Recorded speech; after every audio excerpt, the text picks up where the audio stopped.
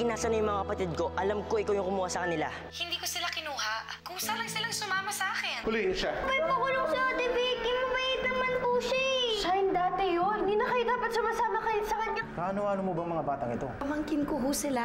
Wala naman palang magiging problema kung sasama sa inyo mga batang ito. Unti-unti ko na nakukuha lahat ng gusto ko. Ayaw ka namin kausap dahil kahit anong pang-uuto yung gawin mo sa mga kapatid namin, we know you're bad, Ate Vicky. I hate you! I hate you so much! Kala ko pa naman mabait ka. Pero nakita ko sinakta mo sina ate at kuya. Susumbong kita. Sige, alam mo, gusto ko samahan pa kita. Sorry ka na lang, Ate Olivia. Hindi talaga para sa'yo si Froilan eh. Palagi kayong makikinig kay Ate Vicky para hindi kayo masaktan. Kuya, anong dapat nating gawin? Magintay ka na siguro. Pag nagising na si Daddy, pwede niya na tayo pagtanggol kay Ate Vicky. Kuya, kailan mangyayari yun? Siguro kahit kailan hindi mo ko mamahalin. Hayop ka. Walang hiya ka, Froilan. Walang hiya ka!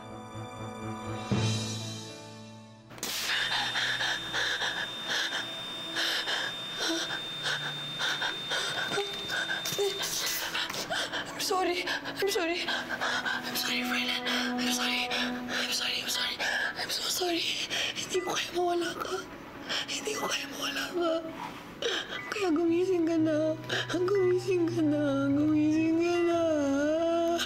Gumising ka na. Gumising ka na. At mahalin mo. Froilan.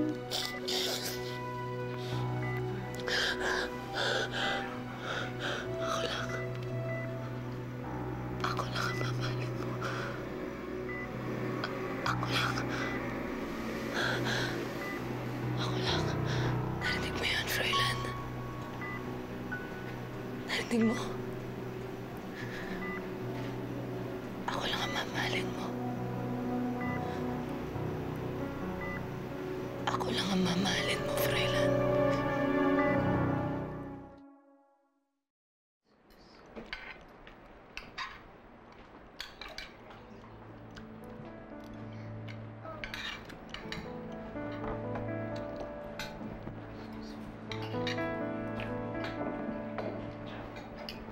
Ate, bakit ka naka-makeup? Aha, you look funny. You're like a clown. Aha. Vicky, stop it. Shine, ba't ka naglalagay ng ganyan sa mukha mo? Shine, ano ba naman yan? You shouldn't be wearing makeup. You're too young for that. Faye? May problema ba? Bakit? Pangit pa yung makeup na nilagay ko kay Shine? Justin, ano tingin mo? Pangit ba? Morning, guys. Shine?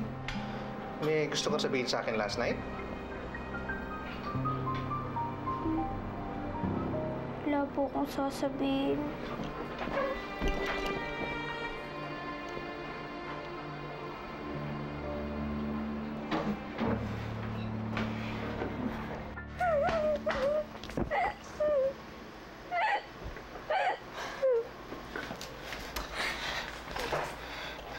Shine, ano yung gusto mo sabihin kay Tito Ted? Is it about Ate Vicky? Ba't di ka nagsalita? At Shine, bakit ka naman nagpalagay ng makeup kay Ate Vicky? Alam mo na mga bata-bata mo pa para dyan, di ba? Shine, you're old enough. Hindi ka na dapat nagpapauto dun. Tama na! Minsan sinasabi niyo bata pa ako. Minsan sinasabi niyo matanda na ako. Ate, kuya, meron na akong sariling isip. At alam kong tama si Ate Vicky. Siya lang ang kakampi ko dito. Cha, Mickey, kain pa kayo. Dali, susubuan ko kayo. Gusto niyo ba yun? Teka, Cha, kain ka pa, oh. Finish your food.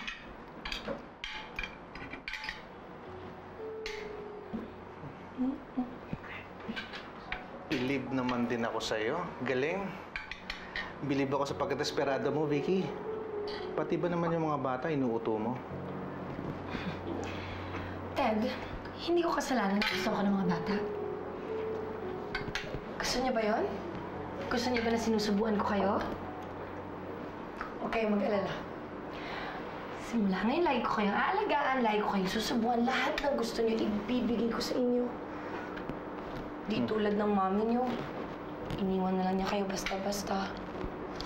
Sige. Sige lang. Lubos-lubosin mo yung gimmick mo, Vicky.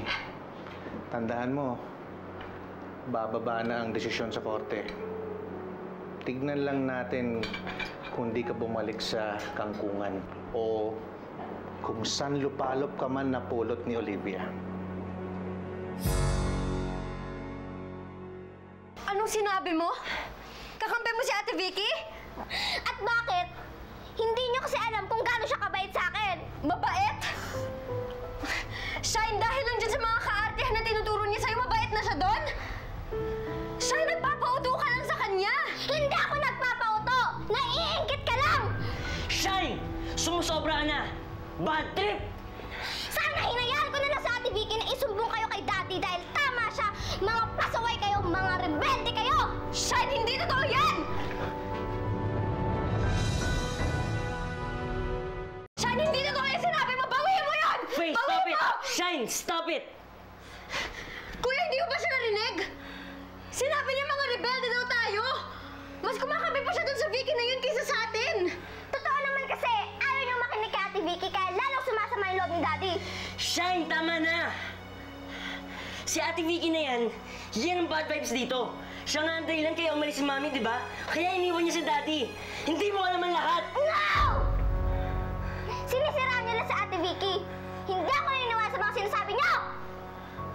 Shut up! Alam mo, Shine, bata ka pa. Kaya kailangan makinig ka rin sa amin, okay? Bakit kayo nag-aaway? Ano nangyari dito? Ha? Tito Ted, si Shine kasi. Kakampi daw niya si Vicky. Tumigil na nga kayo. Isipin niyo itong mga kapatid niyo, oh. Sana nga nakita mo kung paano nagkarambulan yung mga anak ni Froilan eh. Nagkakagulo na sila dahil sa akin. So masaya ka na napag-away-away mo sila? Actually, ayoko naman sila mag-away-away. Let's just say, naghahanap ako ng kakampi. Para kahit na isinusuka ko ng mga panganin ni Froilan, meron pa rin akong 3 batang hawak sa leeg. Ay naku, Bes. Hindi ganon kasimple yun. Magkakapatid yung mga yan. At kahit anong mangyari, magkakampi-kampihan yan. Lalo pat aali-aligid sa tabi nila si Ted. Lubos-lubosin mo yung gimmick mo, Vicky. Tandaan mo, bababa na ang desisyon sa korte. Tignan lang natin kung di ka bumalik sa kangkungan. Well, in that case, Panahon na para si Ted naman ang asikasuhin ko. Kids, naaalala niyo pa ba ang mga pangaral sa inyo ng mami at daddy niyo? Dapat hindi nag-aaway. You must love each other.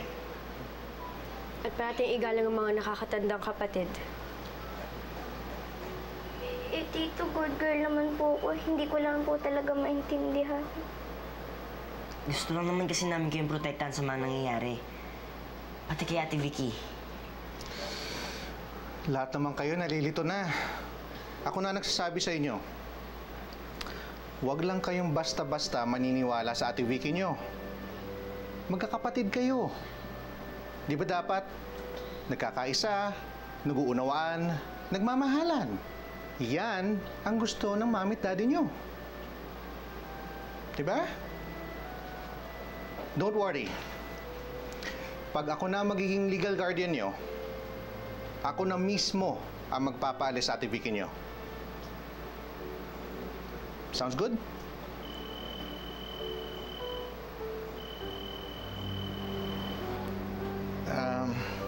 Excuse me, kids, ah.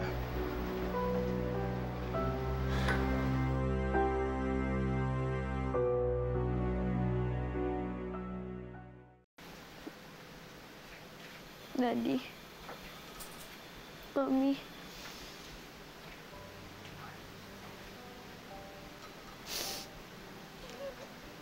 Kung talaga pong naging pasaway ako. Sorry po.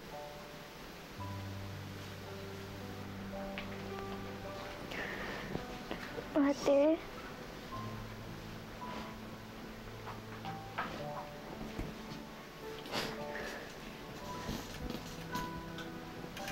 ate. Hindi ka naman talaga pasaway. Ako nga yung pasaway.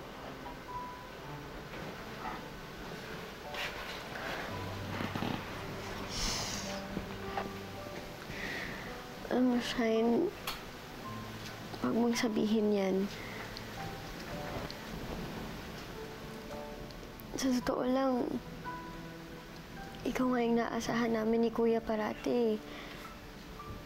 Pag wala kami, ikaw yung nag-aalaga kay Cha, tsaka kay Mickey. Kaya I'm sure na proud si Mommy tsaka si Daddy sa'yo. Talaga, ate? Kasi alam mo, gusto kong maging katulad mo. Kasi para sa akin, ikaw ang pinaka-the best ate. Gusto ko talaga maging pinakamagaling na ate para sa inyo. Kasi mahal na mahal ko kayo. Tsaka Shine, whatever happens, kakampi niyo ko. Sorry talaga, ate. I'm sorry too.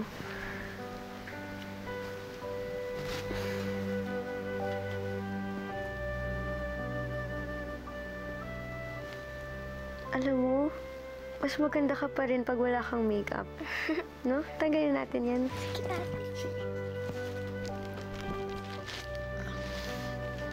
Tanggalin natin na. Para makita mo kung gaano kakapal yung nilagay ni Ate Vicky sa'yo. Oh, kapal, di ba?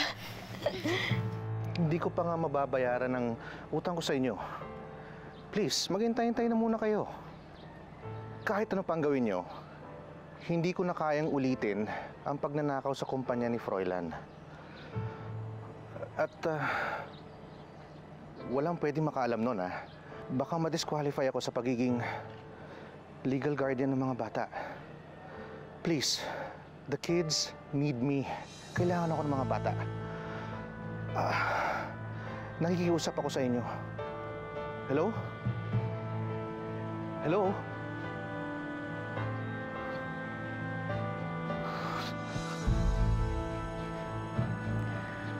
Ang lakas naman ng loob mong kalabanin ako.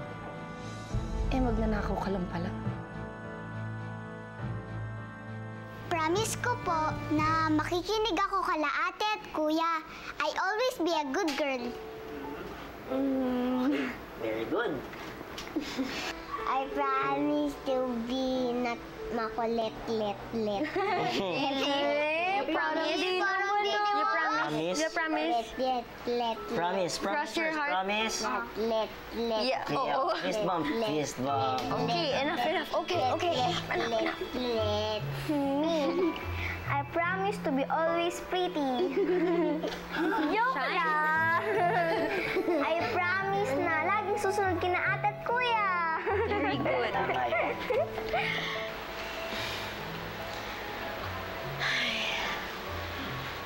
Mommy, Daddy, tutuparin namin lahat ng pinramis namin sa inyo. Sana lang po, umalis na si Ate Vicky dito sa house natin. Para si Ninong Ted na lang po yung tumira dito, tsaka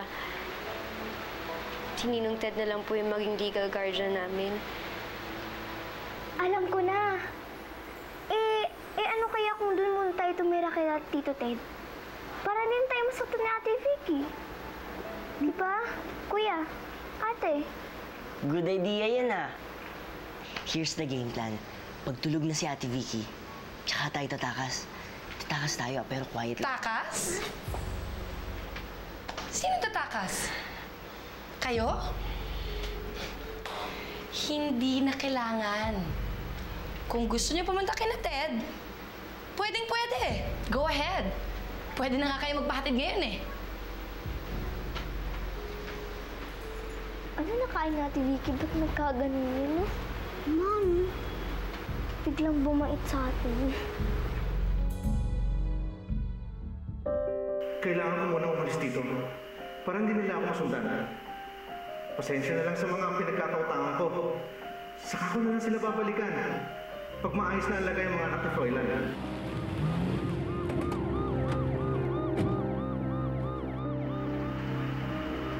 Ted Alonso, may warrant of arrest ka. Ninong Ted, bakit po na kayo inuuli? Ted, bakit hindi mo sabihin sa kanila ang totoo? Ay, kawawa naman yung mga bata, Ted. Hindi man lang nila alam na ang tagal-tagal mo na pala silang niloloko. Hindi mo na kami mauuto pa. Hindi na kami naniniwala sa mga sinasabi mo. Talaga? Kanino kayo naniniwala? Sa magnanakaw na yan? What do you mean po ba kasi? Justin, yang Tito Ted nyo, matagal na ang pinagnanakawan ng daddy nyo. Ipinansusugal lang naman niya yung pera ng kumpanya. Kids, maniwala kayo. Matagal ko nang pinagsisisihan to. Oras na magkamalay ang daddy nyo, ipagtatapat ko sa kanya lahat. Ang galing! Ang galing mo talaga, no? Eh, hindi lang naman yun ang kasalanan mo, Ted. Bakit hindi mo aminin ang totoo mong kasalanan? Ano? Wala akong alam sa mga paratang mo. Okay, kids. Ganito, ha? Makinig kayong mabuti. Huwag kayong makinig sa kanya. Yang Tito Ted nyo, ang ninong nyo na gusto nyong mag-alaga sa inyo, siya lang naman ang dahilan kung bakit nakaratay ngayon ang daddy nyo sa ospital. Ninong? Yang Tito Ted nyo, ang siyang nagtangkang pumatay sa daddy nyo. Hindi totoo yan. Inaamin ko ang kasalanan ko. Nagnakaw ako sa kumpanya. Pero hindi ko kayang saktan ng daddy niyo. Sinungaling! Ang sabihin mo, natakot kang mabuking ka ni Froilan. Natakot kang malaman niya ang lahat ng kalokohan na ginawa mo. Kaya, ayun, pinagtangkaan mo siyang patayan dahil alam mong hindi ka na niya mapapatawan. Ay, buti na lang talaga sinuwerte ang daddy niyo at nabuhay pa siya. Pero napakasakit, no? Napakasakit. Napakasakit na yung sarili niyang kaibigan na siyang trumaydor pa sa kanya. Napakawalang yamo, Vicky! Bla, bla, bla. Sabihin mo na ang gusto mong sabihin, mamang polis. Pakikulong na yung lalaking yan. Ilabas niyo na siya dito. Kids, huwag kayong maniwala sa kanya. Kids, wala akong ginawa masama. Huwag kayong maniwala. Ay, napakasama naman yung ninong nyo. Buti na lang at nabuking ko siya. Nang sa gayon, sarado na ang kaso ng daddy nyo. Nabigyan ko pa ng hustisya ang daddy nyo. Di ba? So, paano? Sasama ba kayo sa akin? O baka gusto nyo sumama kayo dun sa ninong nyo at tumira dun sa loob ng kulungan? Kayong bahala.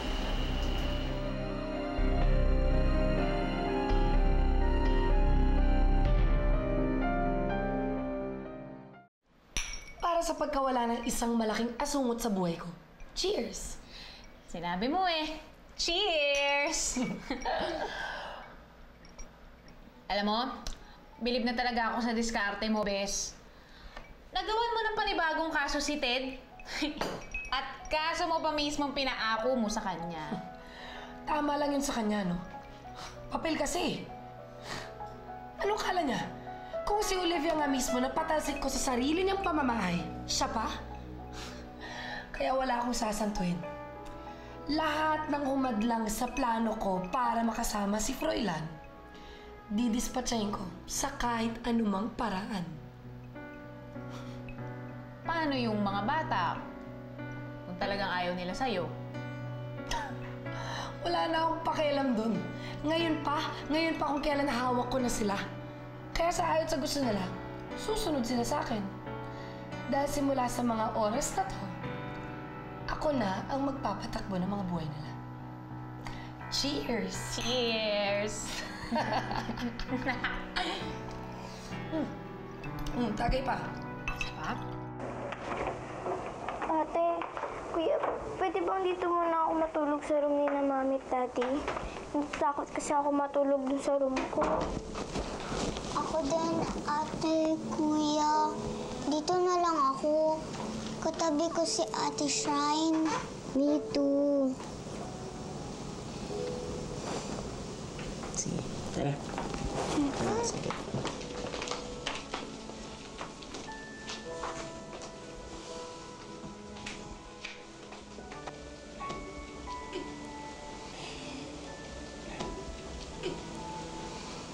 Kuya, I'm really scared. Talaga bang ginawa ni Ninong Ted yun? Pinapatay niya si Daddy? Hindi ko rin alam, Faye. Pero, we know Tito Ted very well. Mabait siya sa atin, di ba? Pero kung may kasalanan nga siya kay Daddy, siguro kailangan niyang pagbayaran yun. Kuya, ba't ganun? Meron na sana makakatulong sa atin eh. Nawala pa. It only means one thing. Tayo na lang magkakampi ngayon. Wala na tayong maaasahan. We just have to hold on to each other. Okay? Kuya, ate, meron pa tayong isang kakampi. Si Papa Jesus. Pray na tayo.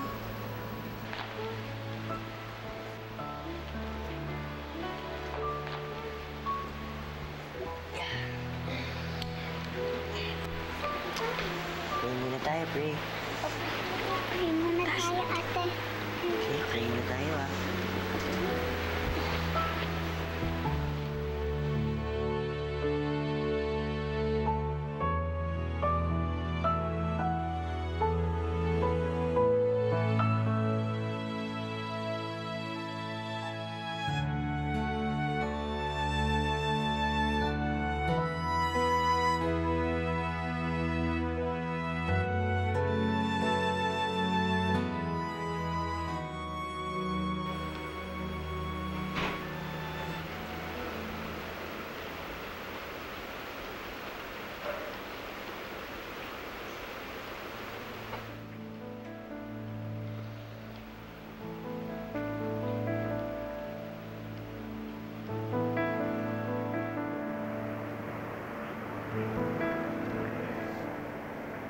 Sige lang.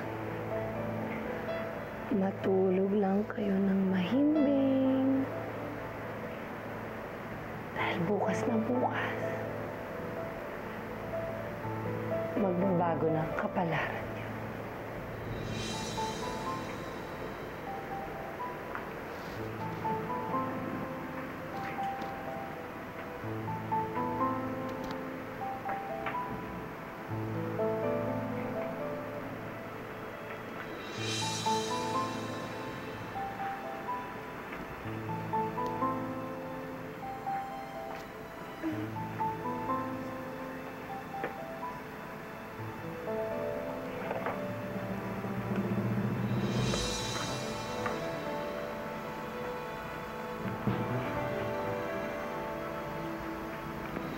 Wala ka ng karapatan dito, Olivia. Buburahin ko na ang lahat ng bakas na iniwan mo dito.